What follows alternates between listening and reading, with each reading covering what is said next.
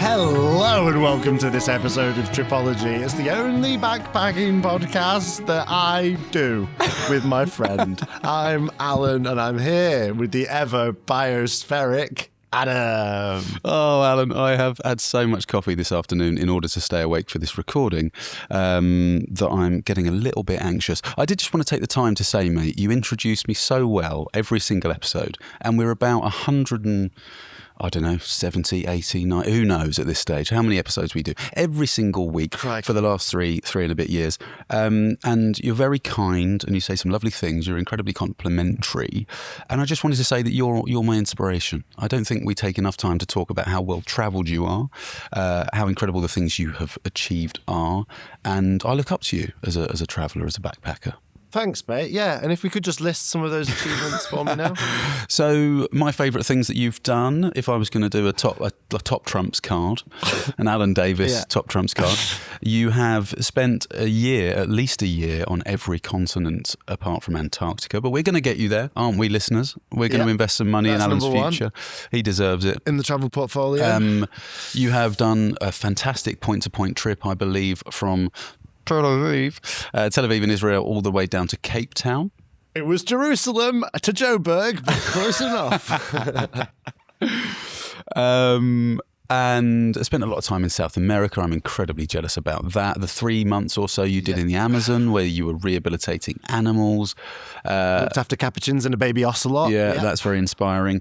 Of course, doing what a lot of backpackers should, could and would do, teaching over in, whether it be Africa, China or New Zealand, putting all your skills to good use.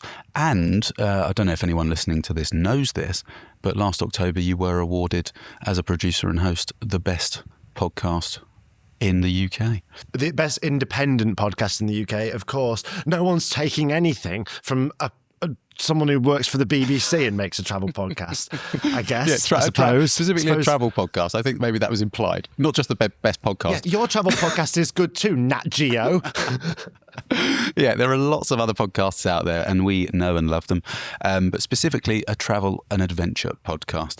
And you're bloody good at it, mate. You're incredibly professional. And to do this on the road... He's not paying me to say this, guys. I'm just saying it because we don't talk about it ever. To do this on the road and travel around with microphones and equipment and shit Wi-Fi and make it sound so squeaky bloody clean and look so professional is all Alan's doing. I just turn up and press the red button. Thanks, man. Adam's grovelling because I just told him before we aired that I didn't want to edit this week's episode. So we've got to be on our best behaviour, guys. Pray for the Wi-Fi. Yeah, something. For some reason, I just want to say how great you are, Alan. Dear, oh dear. So you're still in Korea. I'm still in New Zealand. I'm dragging my heels, mate. I'll be the first one to say that I'm procrastinating. I've not been doing things as quickly as I should. And I think that's because I've got to the stage of my trip now where I've got to sell my van. Do you know that I have now lived in New Zealand for a full year? Really? Well, congratulations, many happy returns and a happy anniversary to you. Thank you so much. There was actually that period of 2 weeks where I went to see you in the Philippines, so it's not technically been 365 days. So maybe... Well, never mind then. I'll see you on next week's episode and I wish you a happy birthday then. But yeah, I'm holding out another week or two so that it can be a full year. But it feels good, but it also, there's a degree of sadness, and now I've got the van and I need to go through the rigmarole of selling that. I've got to clean it, put a new solar panel on the roof, write the Facebook marketplace advert, and it's very difficult to sell something when you don't want to. I can see how that's difficult. I remember selling my first van that I bought in Canada, and it was a very emotional experience. Chica, the van was called, the Chickadee, the Chickasaurus Rex. I used to have a lot of names for that van. I loved it very dearly, and it was an emotional goodbye. So yeah, I want to keep it. There's a big part of me that wants to keep the van, and there's an even bigger part of me that can't be fucking bothered with all the admin. So I haven't sold it yet. I've been telling everyone in this hostel for the last week that it is for sale, but not yet. And I'm just kind of enjoying life in Auckland, sunny Auckland, where I'm hanging out in the garden with the guys at this hostel. There's a really good group of us at the moment, great dynamic. We've all stayed here for far too long. But I think the fact that I've already been here for a year and seen almost everything that one would see while they're in New Zealand, apart from a wild kiwi, I'm relaxed. I'm just, I'm at the end of my trip, man. I'm winding down. Yeah, well, mate, I'm proud of you for everything that you achieved while you were in New Zealand. I think it sounded and seemed like a very wonderful adventure. And New Zealand, of course, very near and dear to my heart for slightly different reasons. Our adventures in New Zealand couldn't have been more different from one another, but I'm glad you had a good, peaceful time there. Yeah, there's a little less crack in the previous year. Yeah, I was working as a builder. So that's... Dear, oh dear. Get yourself a belt, boy. So, mate, I've been talking all about my time in Korea. In a couple of weeks ago, I described how I found it a little bit impersonal. I was struggling to meet people. Then I described how it was too personal and people were having sex in dorm rooms next to me. Yeah. This was the week where I finally reached equilibrium, where I found Goldilocks balance, and I went to a place and a hostel that was just right. I took a ferry from mainland Korea, from Mokpo, all the way to the wonderful island of Jeju. Oh, okay. So here we're going to have some reverse jealousy, mate, because it was somewhere I wanted to go. When I was there, it was just too bloody cold, I'll be honest. How are you dealing with the temperatures now? Is it better? Better than it was? I'm a little chilly, but I've got a parka that was given to me from my friend, so I'm coping. It's all okay. Jeju was warmer than Seoul quite a lot because it's the opposite end of the country. It's further south, closer to the equator. Yeah. As soon as I arrived in Jeju off the ferry, and the ferry was a nice experience, just sort of like a 4-hour, 5-hour ride What time of across day? the sea. In the morning. Morning ferry, nice, some scenery.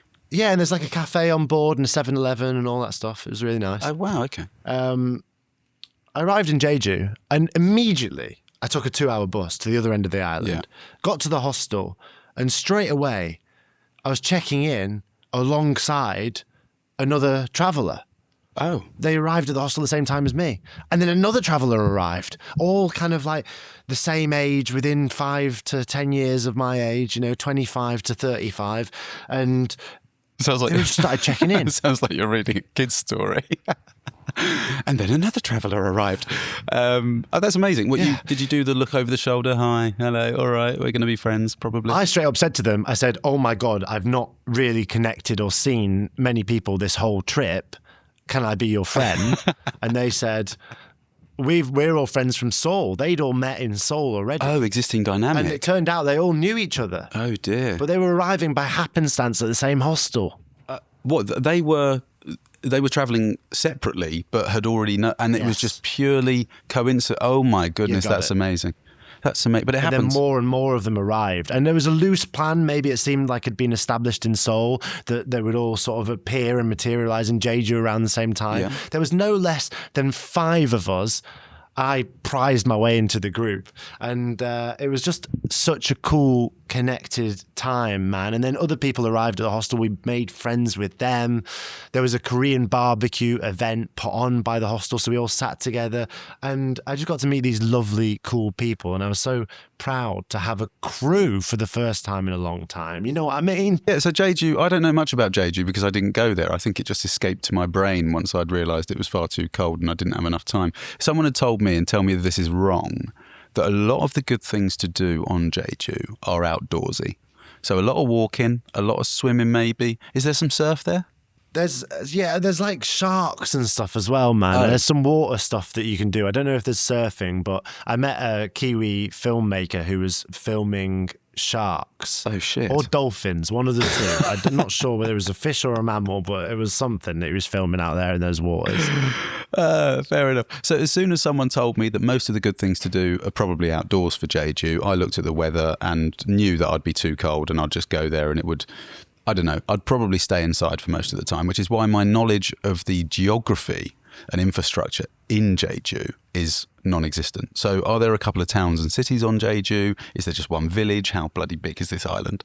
There's a main central city, but most of the good stuff is on the opposite end of the island. So I stayed in, I think it's just called Backpackers Hostel Jeju, and it was like the other end of the island out of the main city. And that was good location because a lot of the stuff to do is like go to the waterfalls, hike about, that sort of thing. So you don't want to be in the big city next to the airport. Gotcha. Okay, that does sound pretty outdoorsy.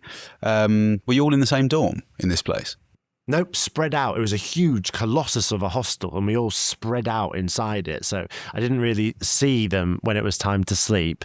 So that, it wasn't really social night times, but it was social day times. And sharing food, I imagine you said there was a Korean barbecue, famously good when you're sharing. And then what about all the stuff that you're going to tell us that you did on Jeju? Was it with them? Yeah, absolutely. So one of the days we took a ferry to a nearby island called Udo and rented bicycles, and we were ripping round on the bicycles, circumnavigated the island. It only takes like an hour to do the circumnavigation. Oh, wow. That was really, really fun. Really cool. And we were just exploring a lot, went to some waterfalls. We met a Korean guy who had a car, so he drove us to some of the more out there waterfalls, and we got to have a look at those together. So that was really fun and nice. But the main event, the big thing, my favourite thing that I did in Korea, actually, the whole of South Korea, but especially Jeju, Oh, wow. is hike Hallasan. Okay. Tell us about it. I don't know it. Don't know Hallasan. Didn't get there. Hallasan is an active shield volcano. What does that mean? And it is the largest peak in Korea. I'm sure me and hopefully one other listener at least is asking, what's a shield volcano? It's funny you ask, actually, mate, because the shield volcano is actually a broad, gently sloping mountain formed by the accumulation of low viscosity, fluid, balsatic lava that flows easily and spreads widely. It's often known for its characteristic shield-like profile. My God, you are so smart. I am very glad that I asked the you. question, and so is the listening audience. Okay, cool. So tallest peak in South Korea. That's a thing. That's pretty cool. Can you? Yeah. Now, North Korea has a peak that just inches it out, but it's really big peak. It's the tallest peak in South Korea and one of the tallest peaks in Korea. Okay, cool. And you can summit it, right? You can summit that thing. Yeah, absolutely. Okay. Now, it wasn't on my radar. I had said to the group, I was like, I would quite like to do some hiking in Hallasan National Park. There's lots of hikes to do that. And one of the people said, I would quite like to summit Halla. Let's go and hike the mountain. Oh. And I was like, oh, okay, yeah, I'm definitely down, right? And I persuaded another one of us who was quite begrudging. I said to them, would you come with us? He was like, don't really want to. I was like, come on, it's a once-in-a-lifetime opportunity. Come hike with us. And then we started to do the research and planning. Now, there's only 800 spots a day and you have to pre-register. Oh. I mean, 800 sounds like a lot, but maybe it isn't. Certainly not in high season. Yeah, I think it sounds like a lot as well, but I think you have to register to even enter the trek, and I think a lot of people just go and hike around sort of the base. Okay. And then there's certain checkpoints along the way that you have to get to by a certain time, otherwise you're not allowed to summit. Oh, okay. Is that because there's a change in weather? Just because it gets too dangerous and too dark. Because the other thing I read about this hike is that it's absolutely essential to wear crampons and have hiking poles. Now, I read that, and the rest of my group said, oh, we don't have crampons or hiking poles, so let's not do it. I said, I've hiked Everest. I'm pretty confident when they say it's essential, they're sort of talking about people who don't know much about hiking. I'm really positive it's going to be fine. Like, absolutely don't worry about it.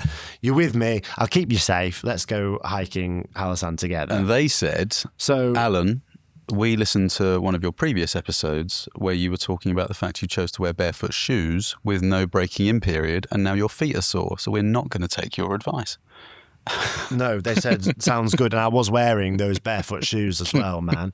So we set off in the morning. Like, you got to get up at 6 a.m. We set off to get the bus to the entrance of Hallasan National Park. We had our registrations that we'd all filled in. And three of us, I only persuaded three of the group to come. We walk into the national park, and it immediately becomes apparent that it's slightly more icy than I expected. I would say that's fair. Quite quickly.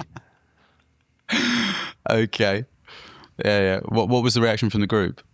Initially, there were Korean people who were just hiking sort of in shoes. So we were like, let's push on. This seems a little bit a little bit sketchy, but we'll push on. We need to walk quite fast because we've got to make all these checkpoints along the way, right? Cool.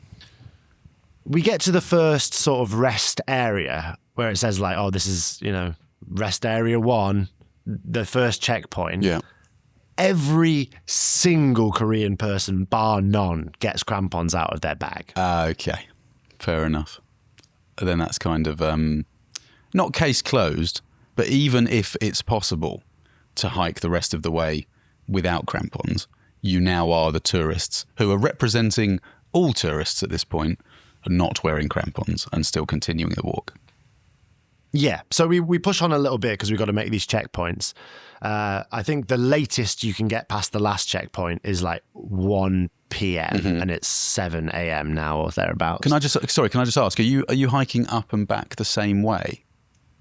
I thought so at this point, yes. Okay, cool. So there's 2 different trails. There's an easier trail, which takes longer, but it's less steep. Yeah.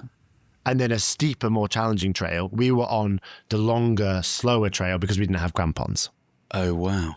I'm thinking about the way down already. We start hiking. Yeah. We push on. It's just too slippery. It's just too icy. I'm trying to persuade my team. I'm like, come on, guys. It's probably just this little section that's icy. Don't worry too much about it. Let's push on. One of them goes, listen, I'm just not comfortable with this. Yeah. It seems ridiculous. Okay. And the other one goes, yeah, like, this is stupid. Let's turn back. I said, there's no chance I'm turning back. Okay. I'm a stubborn guy. I was excited about the hike. I thought it's probably just a little icy section. I think that I was talking a bit of smack. I was saying, like, I basically think everyone who's wearing crampons on this is kind of like just too scared. You don't need them. I'll be fine. I got the barefoot shoes on. Yeah. So my team all turn back and head back to the hostel. oh no, was it just so I can understand the conditions, right? Because I imagine it was very icy and slippery underfoot. There was some. Yes. Was it snowy in patches? Was it kind of soft and defrosting, or was it just No, hard? there was no snow. It was just sheer ice, like sheets of ice going upstairs to the point where you almost couldn't see the stairs. Okay, so it was. Was it just really inconvenient and quite difficult, or was it very dangerous? Right now, I would say it was mostly inconvenient. Right. Okay. I pushed on without my group, and it became apparent about half an hour later that it was incredibly dangerous. I think even hiking on your own in those conditions is maybe a silly decision, if I can be as bold to say that. This is a story of a series of silly decisions made by me out of stubbornness. Please, God, if you're listening to this, don't for a second think that this is a brag or a boast about my hiking ability. No, I don't think it sounds like that. I think you probably knew that it was going to be dangerous. Even going hiking on your own in these conditions, because if something happened to you, mate, what happens then? It's not worth thinking about. The hiking got bad enough and slippery enough that every single Korean person I passed without fail looked at my jeans and my shoes and went like, oh no, be careful. Oh God. Or if they didn't speak English, sort of said something in Korean, which I imagine translated to, oh no, be careful. Okay, fair enough. I realised at a certain point it's getting sheerer and more icy. There comes a point where I'm embarrassed because, like, I'm falling over. Okay. And also, if I stop, Yeah. I start sliding backwards. Oh shit. Well, is it like if you were to slide backwards, of course you're going down this sort of staircase thing or whatever, but what's on either side? Is it a thin like ridge walk where Forest. and is it at the same level? Like would you topple over the edge of something and fall to your death, or You just fall down the forest. You just be in the bracken and the bushes, Okay. you know? It's like a path. Okay. We'll get to the ravines later, Adam. I'm thinking back to Right now we're in the forest biosphere. Yeah, do you remember when you went to get that water in Pakistan up Patundus? My God. It was like that. Jesus. Yeah.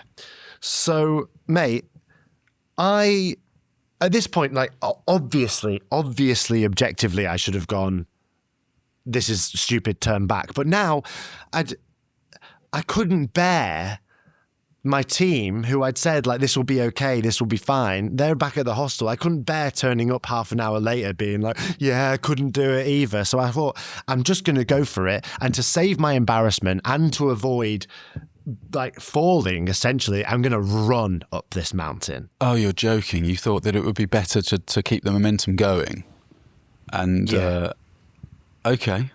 Right. So I just dug in and I start in the barefoot shoes, just like running past, blowing past Korean people before they have a chance to say that I'm an idiot for dressing like I'm dressed. I just start sprinting and I'm like sliding, but because of the momentum, I'm kind of like using the side ropes to pull myself up the icy sections. There's like, like a walkway, like rope section. And I'm like just forcing myself up this mountain. Long story short, I get to the summit in 2.5 hours, and it's supposed to be a 5-hour hike. Way! That's amazing. How are you feeling psychologically, emotionally, physically? Like I dodged a bullet because it was just like, it was truly crazy. I honestly... Did you enjoy it though? Did you end up enjoying that or not? Were you just hopeful? I enjoyed the feeling of getting to the top, and the last kind of 100 meters weren't that icy, so that was fun. But the whole 2.5 hours run was like pretty sketch. You were thinking, I really hope this works. I hope I get lucky a few I times in a row. couldn't wait to send the rest of my team a picture of me at the top. I know I'm coming across like an absolute egotistical tit, and I am, but it was like I was excited about that feeling. Yeah, no, I think surely that resonates with some people. I mean, if you had just turned back and accepted defeat after letting everyone know that you were certain that it wasn't necessary. I just thought here is that picture. I just think it was so good to have a picture of that summit in jeans and barefoot shoes. Yeah. The way you did it is questionable for sure. We're all very, very glad that nothing happened. Well, sounds like you fell over a fair few times. No wrist breaks, no sort of clavicles snapping and that sort of stuff. I wish this was the end of the story, man. Oh, fuck. Because now is where it gets stupid. Because I'm on a high, right? I've just got to the summit. Yeah. There's two trails. There's Seongpanak, which is the slow, easier way The up. one that you've walked up, yeah. And there's I think it's called Gwanyuma, right? It's difficult to pronounce, but that's the steep, harsh way down. Yeah. Okay. Now, in this situation, do you take the devil that you know and go that same way down? Yeah. Or do you remember a Google thing that you'd read saying that Gwanyuma, although being steeper and harder and more difficult and more treacherous, was faster and had nicer views? So the correct answer, of course, is that you go back down the way you came. Yeah, that would make sense. Yeah, I think being quite risk averse, as we know I am, that is the smart decision. But the egotistical tit inside of me, who also exists inside of you, would have chanced it. I think in that situation, I probably would. Not knowing exactly what you went through, but given that time was of the essence and there had been a section of the track you were yet to explore, I think I might have just taken it super slow, at least for the first few 100 meters to see how it went. Mate, I went those first few 100 meters. I thought, I'm not going to chance missing out on these views. After I went down those first 200 meters, I couldn't get back up. Oh, wow. There's no way I could have been like, oh, this is actually ridiculous and too dangerous. I'm going to go back the way I came. Point of no return. The first 200 meters were a sheer icy drop that I had to go down on my bum. It was so steep. Oh, no. Oh, dear. Oh, so then the decision had been made. And people with crampons on their way up see me and they're like, how did you get up here? Oh, wow. Okay. Well, it sounds like we're all in agreement that you should have had crampons on. Mate. But now I'm trapped. Now I'm on the steep course. Yeah. And I've got to go all the way down. It's the iciest track I've ever been on in my life, mate. Yeah. Was it akin to, well, the Winter Olympics is on at the moment, isn't it? Or is it just finished? The old... Yeah, it's like the Winter Olympics, but without Canada's awful cheating. Did they really cheat? I haven't seen. I know you mentioned it on another episode. So, well, actually, crampons would have been a hindrance if you were sliding down on your bum because they got too much grip. I fell over on my arse, full stacked it, whiplash. Do you have any bruises? 15 times on the way down. Have you got any bruises? You don't have to show the camera. Mate, I fell over on my arse 15 times. Of course I had bruises. I had a completely blue arse. Oh, no. I'm not talking like I had a fall. I'm talking about legs flew out from under me, like down on my back 15 times on the way down. Oh my God, like a cartoon. Like how, you see those people that scuttle on ice and their legs are flapping and then they sort of flick up in the air and fall on their back. Cue this video that I took of me scuttling on the ice. Yeah. Oh shit, okay. Well, getting your camera out, I mean, that's silly decision number 5. Yeah, it was actually, in truth, it was one of the less treacherous sections that I filmed myself sliding around. But, mate, I ended up having to commit. I developed a hiking technique whereby I would like walk, and the second it got too icy, I would like crouch down and like surf the ice and just do it like that. It looked mental. And, it took me longer to go down. It took me about 3 hours to go down. Oh wow, because you were moving so tentatively and slowly. Falling over so much. God, did that sort of remove all of the a sense of accomplishment, or did you just think that was really stupid and I hope I learned from this? No, I stopped having a fun time on the way down. Like genuinely, there was a point on the way down where I was like, I'm ready for this to be over now. Was it getting dark as well? No. Okay, good. No, because I started early enough and the whole thing, it was like, I probably checked in at like 1 p.m, checked off the mountain. Yeah, okay, cool.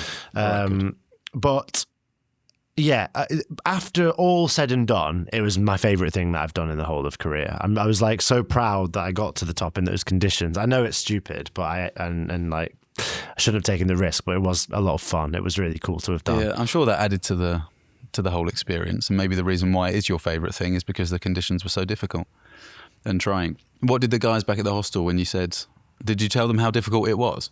Or were you just like... Yeah. And they did think it was cool that I made it all that way. To be fair, they were actually very like congratulatory because it was like a crazy thing. And they were pretty proud of it, actually. Okay. So the takeaway is you recommend... Don't do stupid shit like that. But if you're an idiot who's going to do it anyway... But there are so many fingers pointed in the right direction. Maybe don't do the opposite. I got back to the hostel and I was like all beat up and bruised, and I said to the person like, "Oh, I just did Hallasan," and they were like, "Oh, did you? There's crampons back here. We do free crampons for everyone in the hostel who's gonna hike Hallasan." Oh, you're joking. I went, "Oh, do you really? Oh, you got 3 pairs? Okay, great. Yeah, nice. I'll let you know if I'm going again." Yeah, I'd say. Okay, so maybe ask in future. You never know. I think so. So that's been my favourite thing in Korea so far, and now I'm in Busan. I'm getting some work done before heading over to Japan, but I think it's probably time we go to the Patreon section, isn't it, Adam? And we can share some more stories and tales over there. Anyone who wants to listen can go to patreon.com/Tripology podcast to hear more of the show. I'll put the linky poo in the description-y poo, and I look forward to seeing you all then. We're so glad that you made it down the mountain unscathed, Alan, and I won't be putting a photo of your big blue arse on Instagram. I look forward to seeing you then, guys. Thanks ever so much. We'll see you next week. Bye-bye. Bye.